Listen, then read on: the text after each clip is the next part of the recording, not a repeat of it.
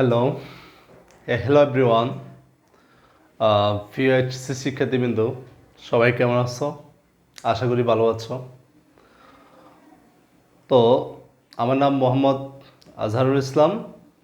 আজকে তোমাদের সামনে আমি ফ্লো চার্ট নিয়ে আলোচনা করব। ফ্লো চার্টটা আসলে কি?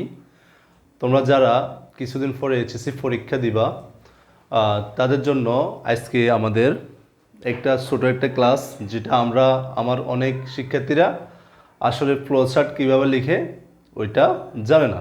চলো আমরা ক্লাস শুরু করার আগে আমি তোমাদেরকে রিকোয়েস্ট করবো, যদি তোমরা ইউটিউব চ্যানেলে যদি নতুন হয়ে থাকো তাহলে একটা সাবস্ক্রাইব দিবা। আর একটু যদি আমার ফেসবুক পেজে যদি তুমি নতুন হয়ে থাকো তাহলে একটা ফলো বাটনে ক্লিক করবা। ঠিক আছে, ধন্যবাদ। চলো তাহলে তাহলে প্রথমে আজকে আমরা আমাদের যে ফ্লোচার্ট ক্লাসটা আছে আমরা ফ্লোচার্ট আলোচনা করব। এটার আগে যারা এইচএসসি পরীক্ষা এবার দিবা তাদের জন্য ফ্লোচার্টটা খুবই ইম্পর্টেন্ট, বা এইটা থেকে ভালো নম্বর পাওয়া যাবে। আসলে এটা কীভাবে আমরা ভালো ফলো পাওয়া যাবে, কারণ এটা ভয়ঙ্কর একটা জিনিস।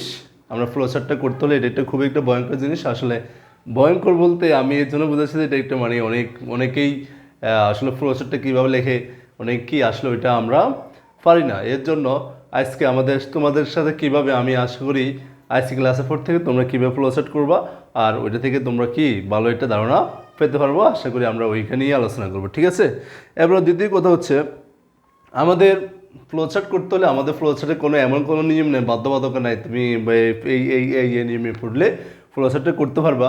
আসলে ফ্লোচার্টটা হচ্ছে সম্পূর্ণ একটা নিয়ম বহির্ভূত। আমি আসলে ফ্লোচার্ট বলার আগে করার আগে আমার কিছু কথা শুনতে হবে। তারপর হচ্ছে ফ্লোচার্টে সাধারণত কোনো কী মানে না নিয়ম, ফ্লোচার্ট ফলো করে না। তাই আমরা কোনো একটা সেন্টেন্স শুরু করতে হলে আমরা প্রথমে সাবজেক্ট দিয়ে শুরু করি। হ্যাঁ, এরকম না আমরা বাক্যের শেষে একটা কী করি ফুল স্টপ বা কমা বা দাঁড়িয়ে বা আমরা যে বাক্যটা আমরা কিন্তু ফ্লোচার্ট এটা সম্পূর্ণ একটা ভিন্ন একটা ধারণা। ফ্লোচার্টে কোনো বাক্যের শেষে আমরা ফুল স্টপ দিতে পারবো না, কোনো দাঁড়িয়ে কমা আমরা কিছুই ব্যবহার করতে পারবো না। এর জন্য আসলে কঠিন কাজটি করার আগে আমাদের কয়েকটি নিয়মগুলো আমাদের কী করতে হবে, ফলো করতে হবে। তো ফ্লোচার্ট লেখার জন্য আমাদের কয়েকটা কী আছে, ফ্লোচার্ট লেখার জন্য আমাদের কয়েকটি নিয়ম আছে, আমরা নিয়মগুলো নিয়ে আলোচনা করবো। চলো তাহলে আমরা আজকে ফ্লোচার্ট কি এটা নিয়ে একটু আলোচনা করি।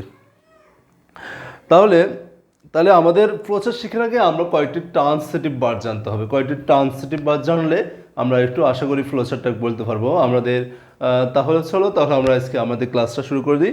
আমাদের ক্লাসে হচ্ছে আমাদের আজকে কিছু ট্রান্সিটিভ ভার্ব যদি পারি আমরা এগুলো ফ্লোচার্টটা ইজিভাবে করতে পারবো। আমি আগে বলছি ফ্লোচার্ট করার নিয়ম নাই, এর জন্য এটা একটা অনেকের জন্য এটা একটা কঠিন হয়ে থাকে।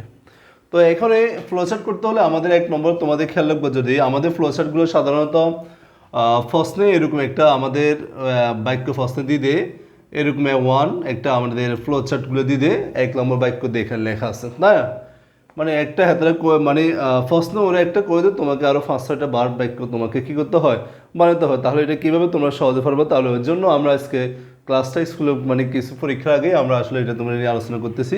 আলোচনা হচ্ছে আমাদের ফ্লোচার্ট পাঠতে হলে প্রথমত তোমরা দেখবা যে আমরা প্রথম বাক্যটা যেভাবে লেখা আছে না, ফার্স্ট দেখবা এটা 3 ধরনের ভাগ করা হয়। 1 নম্বর তোমরা খেয়াল করবা যে তোমরা আগে জানো কিনা আমি জানি না, তোমরা আসলে জিরানটা কি, যারা জিরান নতুন যারা না তাদের জিরানটা জানতে হবে। জিরান হচ্ছে কি, জিরান যারা নতুন জিরান যদি জানতে হবে ফ্লোচার্ট পাঠতে হলে আমাদের কি জানতে হবে। আচ্ছা, জিরান কি? জিরান হচ্ছে ধরো যদি কোনো বাক্যের প্রথমে ভার্ব, যদি ভার্বের প্রেজেন্ট ফর্ম, যদি কোনো বাক্যের প্রথমে আমরা কি লিখি ভার্ব 1 প্লাস আইএনজি যুক্ত থাকে, যদি কোনো বাক্যের প্রথমে ভার্ব 1 বা আইএনজি যুক্ত থাকে ওইটাকে আমরা জিরান বলি। যেমন আমরা একটা ভার্ব লিখতে পারি, যেমন রিড, রিড তো কি স্যার, রিড তো আমরা পড়া, তাহলে রিড থেকে রিডের সাথে যদি আমি আইএনজি যোগ করি তাহলে কী হয়ে গেছে, রিডিং হয়ে গেছে। তো বাক্যের প্রথমে যদি কোনো ভার্বের সাথে যদি কী থাকে আইএনজি যুক্ত থাকে ওইটাকে জিরান। দেখো এখন আমাদের যে ফ্লোচার্ট করার সময় যদি কোনো বাক্যের প্রথমে এরকম ভার্ব প্লাস আইএনজি যুক্ত থাকে মনে করতে হবে ওই ফ্লোচার্টটা শুরু করেছে কি দিয়ে, জিরান দ্বারা। দ্বিতীয় প্রশ্ন হচ্ছে আমাকে ফ্লোচার্ট পড়তে হলে আমার জানতে হবে ইনফিনিটিভটা কি জানতে হবে। আমাদের একটা ভার্ব হচ্ছে ইনফিনিটিভ, তাহলে ইনফিনিটটা কি। তো এখন আমাদের দ্বিতীয় নম্বর জিরান দিতে হবে। জিরানটা আসলে শুরু হচ্ছে ইনফিনিটিভটা কি। ইনফিনিটিভ তো তোমাকে আমাদের আরও পূর্বে একটা ক্লাস নেওয়া হয়েছে, ওইটা নিয়ে আলোচনা করলে হবে। তো এখন ইনফিনিটিভটা হচ্ছে যদি কোনো ভার্বের প্রথমে মানে ভার্বের পূর্বে টু প্লাস কি থাকে, টু প্লাস বি ওয়ান, তাহলে টু পরে আমার রাইট ফর্ম ভার্ব একই বাক্য তো টু এর পরে যদি কোনো ফিল ইন দ্য ব্ল্যাঙ্ক থাকে ওটাকে রাইট ফর্ম ভার্ব করার সময় আমরা বি ওয়ান দিয়ে করি। এখন যদি কোনো একটি ভার্ব মানে কোনো একটি ফ্লো চার্ট যদি টু প্লাস ভার্বের বি ওয়ান দ্বারা শুরু করা হয়েছে, তাহলে মনে করতে হবে ওই বাক্যটি ও ফ্লো চার্টটি তোমার কী দ্বারা শুরু করেছে, ফ্লো চার্টটি শুরু হচ্ছে ইনফিনিটিভ ভার্ব দ্বারা। ঠিক আছে। তৃতীয় নম্বর আমাদের কোশ্চেন হচ্ছে মাঝে মধ্যে এগুলা ছাড়াও আমাদের কিছু কোশ্চেন আছে মানে নাউন দ্বারা কি করা হয়, নাউন দ্বারাও ফ্লোচার্ট শুরু করা হয়। যদি নাউন দ্বারা যদি ফ্লোচার্ট শুরু করা হয়, আমি ফ্লোচার্টটা তোমরা বুঝো, আমি ফ্লোচার্টে বলছি কি প্রথম বাক্যটা যে প্রথম যে বাক্যটা আছে ওই বাক্যটা যদি ফ্লোচার্টটা যদি তিন ধরনের বাক্য শুরু হতে পারে, হয়তো বা জিরান কি জিরান দ্বারা যদি বাক্য পরিচালনা করতে হয়, তাহলে তুমি যখন ফ্লোচার্ট লিখবা প্রত্যেকটি বাক্য তোমাকে জিরান দিয়ে লিখতে হবে। আর যদি তোমার যদি জিরান দিয়ে তোমাকে লিখতে হবে। দ্বিতীয় কথা হচ্ছে যদি তোমার কোনো একটি বাক্য টু প্লাস ভার্ব ওয়ান দ্বারা শুরু করছে, টু প্লাস ভার্ব মানে ইনফিনিটিভ ভার্ব যদি কোনো বাক্য শুরু করা হয়, তাহলে তোমাকে অবশ্যই মাস্ট বি তোমাকে কি জানতে হবে, ইনফিনিটিভ। তাহলে অন্যান্য যে আর পাঁচটা বাক্য ফ্লোচার্টের মধ্যে আসবে ওই ফ্লোচার্টের মধ্যে তোমাকে জিরা ইনফিনিটিভ ভার্ব দ্বারাও এই বাক্যটা ফ্লোচার্টের পরবর্তী অংশ তোমার শুরু করতে হবে। তিন নম্বরে আমাদের মাঝে মধ্যে অনেক সময় কী আছে, জিরানগুলো আসে নাউন দ্বারা শুরু করা হয়।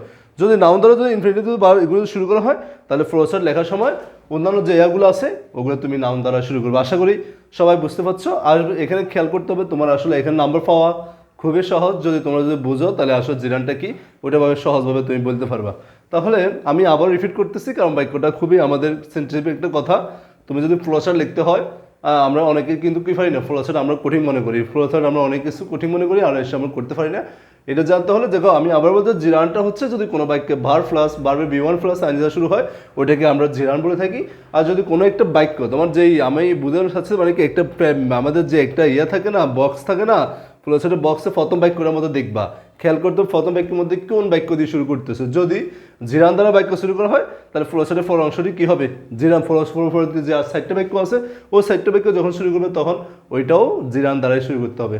দ্বিতীয় হচ্ছে তো আমি আবার বলতেছি ইনফিনিটিভ। ইনফিনিটিভ বার হচ্ছে যদি কোনো একটা বাক্য ধরো আমাদের যে ফ্লোচার্টের যে প্রথম বক্সটা আছে না, ওই প্রথম বক্সটা যদি আমাদের কি হয় টু প্লাস ভার্বের বি ওয়ান, টু প্লাস ভার্বের বি ওয়ান দ্বারা শুরু করা হয়, তাহলে ওইটাকে আমরা ইনফিনিটিভ ভার্ব দ্বারা, তাহলে যে প্রথম বাক্য যেহেতু ইনফিনিটিভ ভার্ব হয়েছে পরবর্তী বাক্যগুলো আমরা ইনফিনিটিভ ভার্ব দ্বারা কী করতে হবে, যে পাঁচটা নিয়ম আছে পাঁচটা নিয়ম আমরা ইনফিনিটিভ ভার্ব দ্বারা শুরু করতে হবে। তৃতীয় কথা হচ্ছে আমাদের নাউন। নাউন তো আমরা সবাই জানি যদি কোনো একটা শব্দ নাউন দ্বারা শুরু করা হয় তাহলে এখানে কোনো আমি আবার বলতেছি ফ্লোচার্টে কোনো সাবজেক্ট নাই, কোনো কিছু নেই। তাহলে যেহেতু সাবজেক্ট নেই আমরা এগুলো করতে হলে যদি প্রথম বাক্য যদি নাউন দ্বারা শুরু করা হয় তাহলে তুমি দেখো ফ্লোচার্ট যে ফ্লোচার্টটা আছে ওই ফ্লোচার্টের মধ্যে যদি প্রথম বাক্য যদি নাউন দ্বারা শুরু করো তাহলে পরবর্তী বাক্যটাও কী হবে, পরবর্তী যে সাইড ফার্স্টটা যে নিয়ম আছে ফ্লোচার্ট করবা ও ফ্লোচার্ট সাইড ফার্স্টটা নিয়ম কী হবে, নাউন দ্বারা শুরু করতে হবে। আশা করি সবাই বুঝতে পারছো। তাহলে আমাদের দ্বিতীয় স্টেপ হচ্ছে তোমরা আসলে অনেকেই অনেকটা জিনিস ফ্লোচার্ট লেখার সময় ভুল করো। আসলে ফ্লোচার্টটা ভুল করার নিয়ম না, ফ্লোচার্ট লিখতে হলে কারণ আমাদের প্রশ্নের মধ্যে এক নম্বর একটা বাক্য দিয়ে রেখে এরকম, তাই না? তো এখন তোমার লিখতে সময় এরকম একটা ফ্লোচার্ট এক নম্বর দিবা, তো একবার একটা এরোসিনে দিবা দিয়ে পরবর্তী ফ্লোচার্টটা তৈরি করবা, ঠিক আছে? তারপর এভাবে লেখার পরে 3 নম্বর দিবা, 3 নম্বর সিরিয়াল নম্বর দিয়ে এবার ফ্লোচার্ট তৈরি করবা। এখানে দিবা 1, এখানে দিবা 2 সিরিয়াল, এটা আবার 3 সিরিয়াল। লেখার পরে তোমার দেখবা দেন এখানে যে প্রথম যে বাক্যটা ফার্স্টের মধ্যে করা দেওয়া আছে ওই বাক্যটার দিকে তোমাকে ফোকাস দিতে হবে। আর ফোকাস কেন দিব আমরা, ওই বাক্যটা যখন করব, যখন এখানে ফ্লোচার্ট করার সময় যখন জিরান দিয়ে যদি বাক্য শুরু করা হয় তাহলে তোমার পরবর্তী যেই বাক্যগুলো আছে ওটা ওই যে পাঁচটা বাক্য আছে ওই 4টা বাক্য তুমি জিরান দিয়ে করবা। যদি পরবর্তী বাক্যটা যদি তোমার যদি ইনফিনিটিভ ভার্ব দেওয়া শুরু হয় তাহলে তুমি পরবর্তী যে 4টা বাক্য লিখবা ওই 4টা বাক্য তুমি ইনফিনিটিভ ভার্ব দিয়ে লিখবা। পরবর্তী যে আরেকটা বাক্য আছে নাউন, আমরা যে 4টা নিয়ম হচ্ছে নাউন, যদি নাউন দ্বারা যদি কোনো বাক্য মানে শুরু করা হয় সেটাকেও তোমরা কী করবা, হ্যাঁ ওই নাউন দ্বারাও পরবর্তী বাক্যটি তুমি কী করবা, শুরু করবা। তাহলে এই ফ্লোচার্ট করার সময় আমার জানা মতে ফ্লোচার্ট যখন করবা তখন তুমি এই 3টা নিয়ম যদি ফলো করো আশা করি তুমি ফ্লোচার্টটা লিখতে পারবা। আর ফ্লোচার্ট লেখার আগে তোমাকে একে খুবই মনে রাখতে হবে, ফ্লোচার্ট লেখার আগে এটা বেস তোমাকে জানতে হবে ফ্লোচার্টে কী লেখা আছে। আর প্যাসেজটা তোমাকে ভালোভাবে উপস্থিত যে এখানে একটা ছোট একটা প্রেসার লেখা থাকবে না, ওই প্যাসেজটা তোমাকে ভালো করে বুঝতে হবে। আর দ্বিতীয় কথা হচ্ছে ফ্লোচার্ট লেখার পরে আমরা এরকম আমরা কী লিখবো, এরকম গড় দিয়ে ফ্লোচার্টগুলো লিখবো, কিন্তু খেয়াল রাখতে হবে ফ্লোচার্ট লেখার ফলে মানে বাক্যের শেষে এখানে তোমরা কখনো এটা ভুল করবে না, বাক্যের শেষে কখনো ফুল স্টপ, কি বলছি, ফুল স্টপ বা কমা বা ইত্যাদিতে কোনো চিহ্ন ব্যবহার করা যাবে না। আমি আবারও বলতেছি, ফ্লোচার্ট লেখার পরে, ফ্লোচার্ট লেখার শেষে, এই যে বাক্যের শেষে তুমি বাক্যের শেষে কখনো কি করতে হবে না, কোনো দাড়ি বা কমা বা কিছু কি করতে পারবে না, ব্যবহার করতে পারবে না। তাহলে এগুলো করলে তোমাকে কি দিবে, শূন্য দিবে, তোমার কাছে শূন্যই পাবে। তাই আমি আবার রিকোয়েস্ট করতেছি, ফ্লোচার্ট লেখার ক্ষেত্রে তোমরা প্রথমত প্যাসেজটা কি করবা, ভালো করে তোমার প্যাসেজটা পড়বা, আর প্যাসেজটা পড়ে কি বলছে ওইগুলো প্রত্যেকটা লাইন মানে প্রত্যেক যে মূল টপিক্সটাগুলো ওইগুলো তোমাকে আইডেন্টিফাই করবে। আইডেন্টিফাই করার পরে তারপর আমি যে তোমাদের 3টা নিয়ম দেখাইছি, ও 3টা নিয়মের মধ্যে প্রথমটা নিয়ম হচ্ছে জিরান ছিল। যদি প্রথম বাক্যে জিরান হয় তাহলে পরবর্তী যে ফার্স্ট বাক্য আছে ওই ফার্স্ট বাক্যে তুমি জিরান দিয়ে লিখতে পারো। তার দ্বিতীয় প্রশ্ন হচ্ছে, তোমার যদি পরবর্তী যে তোমাদের ইনফিনিটিভ বাক্য দিয়ে শুরু হয় তাহলে তুমি পরবর্তী বাক্য ইনফিনিটিভ বাক্য দ্বারা শুরু করতে হবে। আর পরবর্তী বাক্যগুলো যদি তোমাকে নাউন দ্বারা শুরু করতে হয় তাহলে প্রথম বাক্য যদি নাউন দ্বারা শুরু করা হয় তাহলে পরবর্তী যে ফ্লোচার্ট করার সময় এই বাক্যটি নাউন দ্বারাই শুরু করবা। আশা করি সবাই ভালো আছে। আমরা পরবর্তীতে একটা ভিডিওর মাধ্যমে তোমাদেরকে আসলে কীভাবে আমরা ফ্লোচার্ট করবো, একটা প্যাসেজ দিই, ওটা দেখা দেওয়ার চেষ্টা করবো। আশা করি সবাই যদি এইগুলো যদি খেয়াল রাখতে পারো, আমি আবার এগুলো তার ভালো করে তোমরা শিখতে পারবে। ধন্যবাদ সবাইকে। আগামী ক্লাসে আরেকটা টপিক নিয়ে হাজির হব। যেহেতু আমাদের পরীক্ষা একেবারে খুবই নিকটবর্তী, তাহলে শেষ পরীক্ষা আসলে এসেছে, এই জন্য আমরা আসলে শর্টকাট আমরা কীভাবে শিখতে হবে এটা আমার জানার সঙ্গে। ধন্যবাদ সবাইকে, ভালো থাকো, আল্লাহ হাফেজ।